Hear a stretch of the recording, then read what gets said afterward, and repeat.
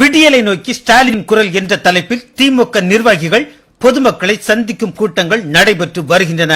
இதில் கலந்து கொண்டு பேசி வரும் திமுக எம்பியான தயாநிதி மாறன் நேற்று செய்தியாளர்களை சந்தித்து பேசும்போது பாமக திமுக கூட்டணியில் இடம்பெற வாய்ப்பு உள்ளதா என்ற கேள்வியை ஒருவர் எழுப்ப அதற்கு பதிலளித்த அவர், பாமக யாருடன் பேரம் பேசுகிறது என்ற தகவல் எனக்கு தெரியாது.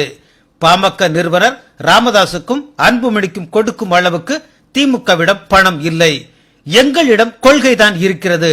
கடந்த நாடாளுமன்ற தேர்தல் கூட்டணியின் போதே அதிமுகவிடம் 400 கோடி ரூபாய் பாமக பெற்றதாக பேசப்பட்டது.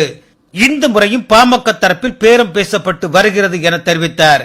இதுதான் பாமக தரப்பினருக்கு கொந்தளிப்பை ஏற்படுத்திவிட்டது. ஓமலூரை அடுத்த சிக்கம்பட்டி, தௌசம்பட்டி, பொட்டிபுரம், தாராபுரம் ஆகிய பகுதிகளில் பேசி முடித்துவிட்டு பூசாரிப்பட்டி நோக்கி தயாநிதி மாறன் செல்லும் போது அங்கு 100க்கும் மேற்பட்ட பாமகவினர் திரண்டு விட்டனர். மருத்துவர் ராமதாஸ் மற்றும் அன்புமணி பற்றி அவதூறாக பேசியதாக கூறி கருப்பு கொடி காட்டினர்.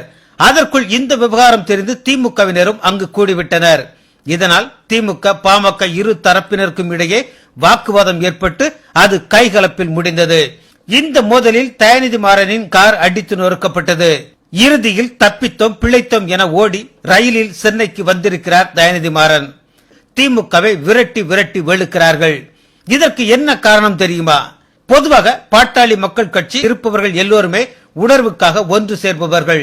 1 ரூபாய் கூட கட்சி தலைமை செலவு செய்ய வேண்டியதில்லை. ஆனால் இருக்கும் திமுகவில் அப்படியல்ல.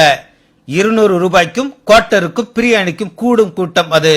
ஆகவே திமுக உடன்பிறப்புகளால் சமூக வலைத்தளங்களில் மட்டுமே கொக்கரிக்க முடியும்.